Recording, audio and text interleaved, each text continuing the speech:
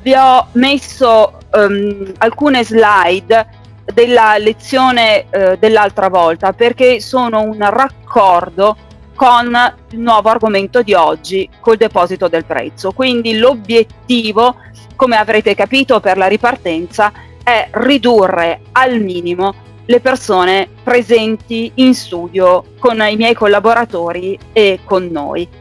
Come si fa? Atti a mobilità ridotta. Vi ho già parlato dell'incentivo all'utilizzo della procura notarile che è necessaria per la sottoscrizione dei preliminari trascritti, per le vendite e per i mutui. La forma sarà quella della scrittura privata autenticata o dell'atto pubblico, perché deve essere utilizzata per firmare atti che necessitano la forma della scrittura privata o dell'atto pubblico.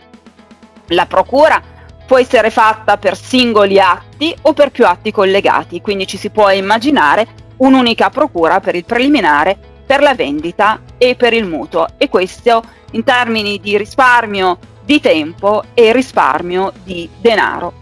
La procura deve essere allegata in originale o in copia conforme all'atto notarile, al preliminare trascritto, alla vendita o al mutuo. Chi è il procuratore? Sarà una persona di fiducia, oppure, grazie ad una deroga al codice deontologico notarile, possono essere nominati procuratori i collaboratori dello studio notarile, a patto che si indichi in maniera dettagliata il contenuto dell'atto da stipulare, e questo a tutela di chi conferisce procura e a tutela del collaboratore di studio notarile che utilizza quella specifica procura. Vi ho parlato di un mezzo di trasmissione smart della procura notarile da un notaio all'altro. Primo notaio che predispone la copia conforme digitale della procura, lo invia per PEC al notaio 2 in Gonnella, che è il notaio che stipulerà l'atto, il quale o la quale predispone copia conforme cartacea della copia conforme digitale della procura, e questo ai fini della allegazione all'atto notarile. Ulteriore sistema per ridurre il numero di persone presenti negli studi notarili è l'utilizzo della scrittura privata autenticata in più autentiche, naturalmente per quegli atti che ne consentono l'utilizzo, ma sono tutti gli atti che interessano a noi, ossia i preliminari trascritti, le vendite e anche i mutui. Poi farò una piccola digressione sui mutui. Vi dicevo, i notai che ricevono le diverse autentiche sono diversi, sono localizzati in luoghi diversi dove è situato il cliente, c'è un sistema di trasmissione tra un notaio e l'altro che può essere gestito sempre, come vi dicevo prima, in maniera smart. Si arriva all'ultimo notaio che mette insieme le autentiche precedenti e riceverà l'ultima autentica. Questo notaio, il quarto, è il notaio obbligato alla registrazione dell'atto, al pagamento delle imposte e alla trascrizione o iscrizione dell'atto nei registri immobiliari. Siamo arrivati a ridurre al minimo la presenza fisica di persone all'interno dello studio del notaio, quindi privilegiando l'utilizzo delle procure, ancora di più l'utilizzo delle procure ai collaboratori dello studio, e privilegiando la conclusione progressiva degli atti con l'utilizzo della scrittura privata in più autentiche. Quindi, in conclusione, nello studio del notaio ipotizziamo che ci sia il notaio e naturalmente i suoi collaboratori, che saranno procuratori, nell'esempio che vi ho fatto sempre con l'utilizzo dei miei amati omini, che saranno procuratori del venditore, e il compratore. Come gestiamo il passaggio del prezzo se nello studio del notaio c'è solo il compratore, non c'è il venditore che quindi non vede il flusso del pagamento e non c'è nemmeno l'agente immobiliare che di solito aiuta proprio anche nel flusso del pagamento del prezzo? Come si garantisce il pagamento del prezzo dal compratore al venditore? Introduco il mandato fiduciario. Questo sì naturalmente prima della regolamentazione italiana, questo sì, dicevo, si può esprimere in lingua inglese, l'escrow agreement, perché è un istituto, uno strumento mutuato dalla legislazione inglese. È presente, oltre che nella legge di civil law, anche in parecchi ordinamenti europei molto simili a quello italiano. Si utilizza già da anni in Francia e in Svizzera. Il mandato fiduciario o escrow agreement è un contratto con l'accordo delle parti per la consegna di un bene, e questa è la definizione generale di mandato fiduciario o escrow agreement. Le parti sono tre: il depositante, il depositario, quindi colui che versa la somma, il depositario, colui a cui è versata e consegnata la somma e che la trattiene in deposito, e il beneficiario, che è la persona a cui favore deve essere in ultima analisi versata la somma. Quindi il depositario si mette al centro del trasferimento della somma tra depositante e beneficiario. Il mandato fiduciario, il contenuto minimo, quindi il mandato fiduciario è proprio un contratto separato e ulteriore rispetto al contratto di vendita, che regolamenta le modalità del versamento della somma e le modalità del pagamento da parte del depositario della somma al beneficiario. Quindi un contratto autonomo che deve avere quale contenuto minimo: l'indicazione della modalità e dei tempi dell'adempimento dell'incarico, l'indicazione precisa delle somme e dei valori affidati, l'indicazione dei soggetti a cui devono essere consegnate le somme e i valori e delle modalità, e il compenso del depositario. Qui ho visto che ho avuto parecchie domande quando ho parlato per la prima volta nella lezione di apertura del primo ciclo, addirittura dei webinar, proprio in merito al compenso del depositario. È vero, è un costo in più, ma è un'attività in più che consiste nella redazione del contratto di mandato, nella responsabilità del depositario nella gestione delle somme e nell'esecuzione del mandato. Quello che il notariato cerca di fare è di far utilizzare sempre di più il mandato fiduciario, e direi io anche tentando di contenerne il compenso, soprattutto per operazioni che possono essere più semplici. Form, vi dicevo, è un contratto, dovrebbe un contratto, nello schema iniziale abbiamo detto che è un contratto trilaterale, depositante, depositario e beneficiario, non richiede una forma particolare, va fatto per forma scritta. Quello che io consiglio di fare è di utilizzare lo strumento dello scambio di corrispondenza commerciale, che significa che su una parte del contratto, quindi sotto forma di proposta e accettazione. Quindi depositante farà una proposta al depositario, depositario e beneficiario accetteranno questa proposta. La forma dello scambio di corrispondenza commerciale ha la finalità di non contenere sullo stesso documento e quindi sullo stesso contratto la volontà delle tre parti. Questo ai fini dell'obbligo di registrazione. Sapete che qualora su un contratto venga apposta la firma di tutte le parti coinvolte, questo contratto deve essere portato alla registrazione. Qualora invece si utilizzi, come propongo io, lo scambio di corrispondenza commerciale, il contratto non va registrato immediatamente, ma va registrato solo in caso d'uso. Ma comunque si tratta di un contratto che ha forma scritta e ha una data anche di sottoscrizione. Il notaio italiano come depositario, l'escrow agent, quindi il notaio è il depositario del nostro schema contrattuale, definito nella legislazione inglese come escrow agent. Il notaio italiano è proprio un escrow agent naturale, oserei dire, perché è terza parte indipendente e può agire come depositario di entrambe le parti e per l'interesse di entrambe le parti. Si tratta di un deposito formale, fortemente tutelato, perché è iscritto, quindi ogni somma che transita sui conti vincolati, sui conti escrow del notaio, va annotata in un registro somme e valori. È soggetto al controllo il notaio italiano da parte del Consiglio notarile e dell'Archivio notarile, e il notaio su tutte le somme che sono depositate a lui fa una verifica antiriciclaggio. Che cos'è il registro somme valori?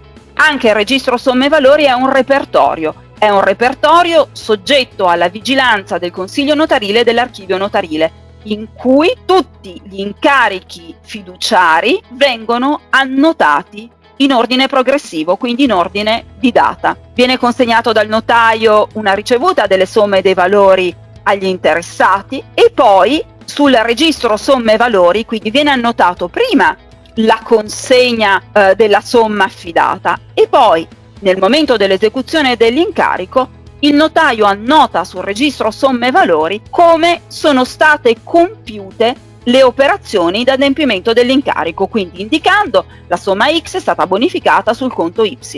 Quindi registro vidimato, tenuto regolarmente e soggetto al controllo del Consiglio notarile e dell'Archivio notarile. Quindi questo per dirvi che le somme affidate al notaio sono soggette ad un controllo straordinario e anche ad una attenzione nell'annotazione. Altra garanzia enorme per le somme depositate dal notaio è l'escrow account. Quindi, come vi dicevo in apertura, dal 2013 ciascun notaio italiano ha almeno 2 conti correnti. Uno che è il conto imposte e l'altro che è il conto di gestione ordinaria.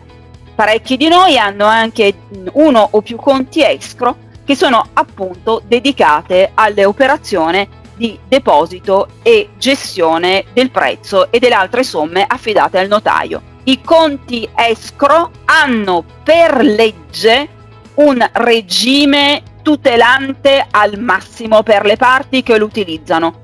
Costituiscono per legge patrimonio separato rispetto al patrimonio del notaio o dello studio associato e rispetto anche al conto corrente di utilizzo per il pagamento, ad esempio, delle spese dello studio notarile. Sono somme escluse dal regime patrimoniale della famiglia del notaio, sono escluse dalla successione del notaio, sono somme del tutto impignorabili per eventuali debiti del notaio, come è del tutto impignorabile il credito al pagamento e alla restituzione di tale somme affidate al notaio e messe sul conto account gestito dal notaio italiano. Passiamo all'utilizzo del mandato fiduciario nella nostra contrattazione immobiliare. Siamo sempre in presenza di un contratto con l'accordo delle parti. In questo caso l'oggetto del contratto è la consegna del prezzo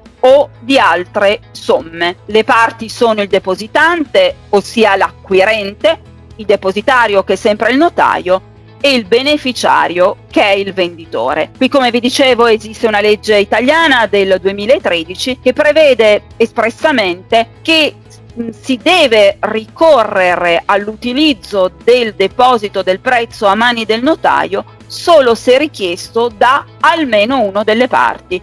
Quindi di solito, naturalmente, sarà l'acquirente che richiederà l'utilizzo del deposito prezzo per avere una tutela massima della sua transazione immobiliare. Le somme oggetto dell'incarico fiduciario, e anche qui mi rifaccio a una normativa di legge del 2013, quindi possono essere oggetto dell'incarico fiduciario e soprattutto se oggetto dell'incarico fiduciario sono somme che sono versate su un conto separato completamente dal patrimonio del notaio, su un conto dedicato, il prezzo o il saldo del prezzo, qualora naturalmente parte del prezzo sia stato già versato in sede di contratto preliminare. Somme per estinguere gravami o spese non pagate dal venditore, naturalmente, altri oneri dovuti in occasione degli atti notarili e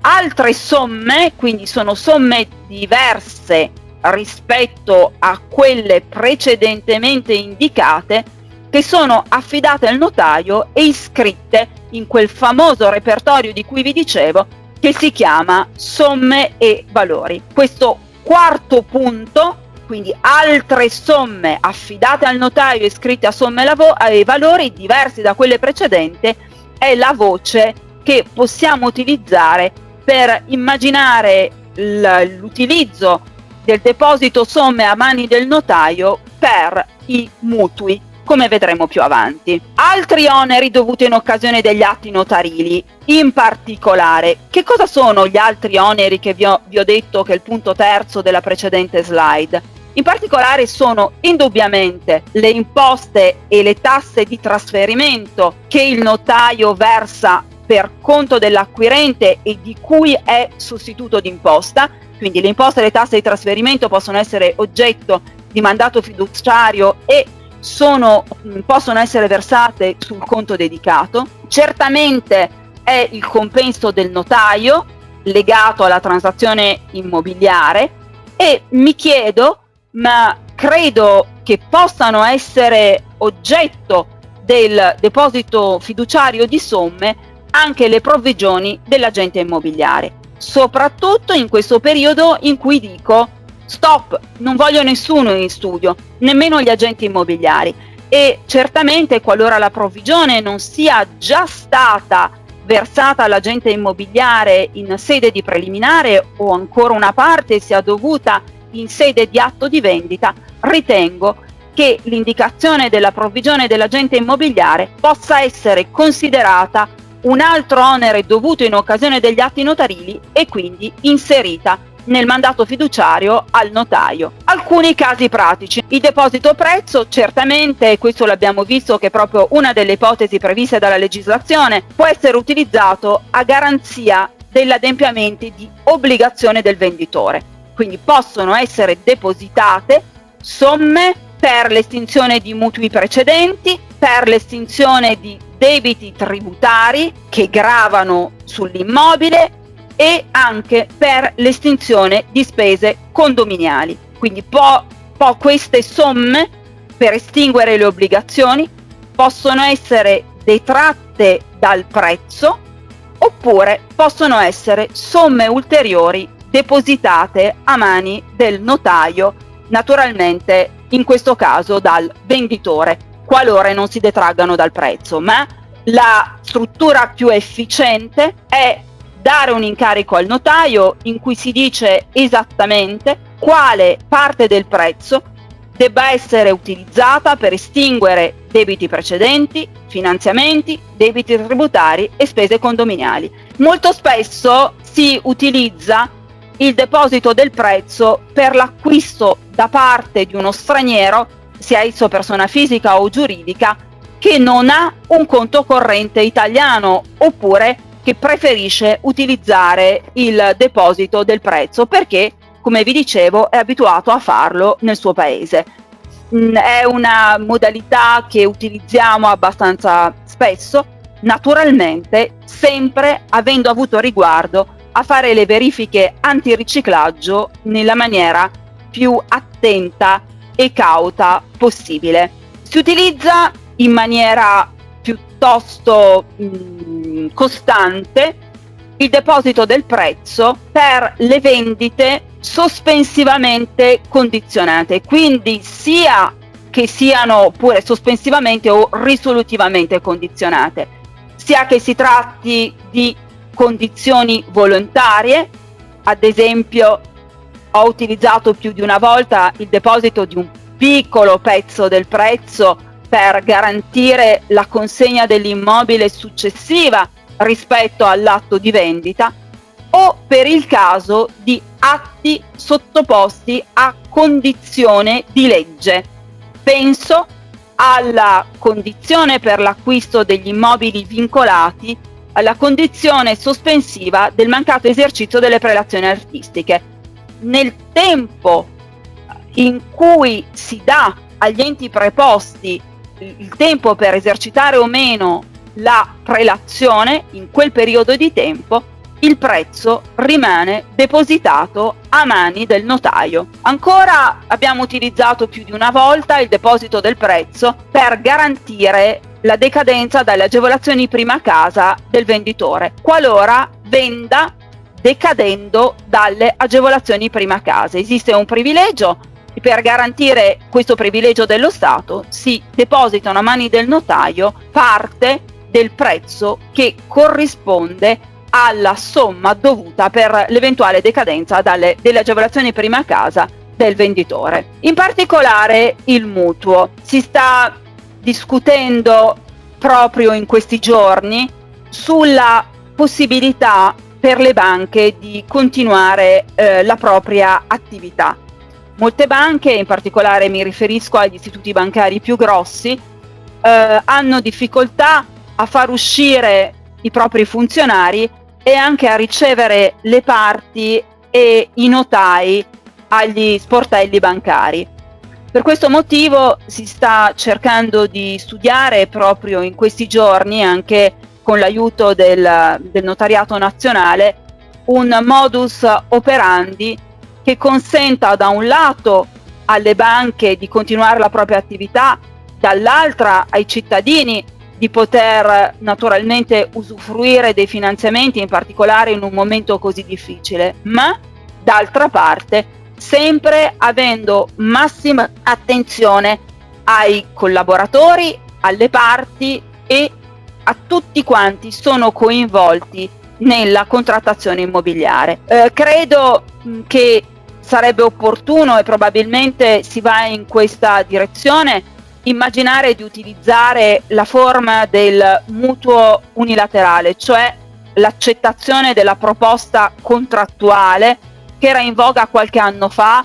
Oggi, come sapete, si è bloccata. Le banche preferiscono gli atti bilaterali anche perché non sanno bene come gestire la somma presa a mutuo, ma nell'attesa sia della forma del mutuo unilaterale, credo che si possa utilizzare l'istituto del mandato fiduciario a mani del notaio anche per la gestione del mutuo. Qui lo schema contrattuale è sempre quello di un contratto con l'accordo delle parti per la consegna, in questo caso, della somma presa a mutuo. Le parti sono la veste del depositante, in questo caso ce l'ha la banca, il depositario è sempre il notaio e il beneficiario è il mutuatario. Come vi dicevo, in questo caso le somme oggetto dell'incarico fiduciario rientrano nella previsione legislativa di altre somme affidate al notaio e iscritte a somme valori. In questo caso non si tratta naturalmente del prezzo quale oggetto del mandato fiduciario, ma della somma presa a mutuo. Comunque viene versata al depositario, viene iscritta a somme valori e viene rilasciata a favore del beneficiario nel momento in cui la banca ne darà conferma. Può essere fatto o al momento della firma del mutuo oppure al momento dell'iscrizione dell'ipoteca, e questo dipenderà dal contenuto del deposito fiduciario.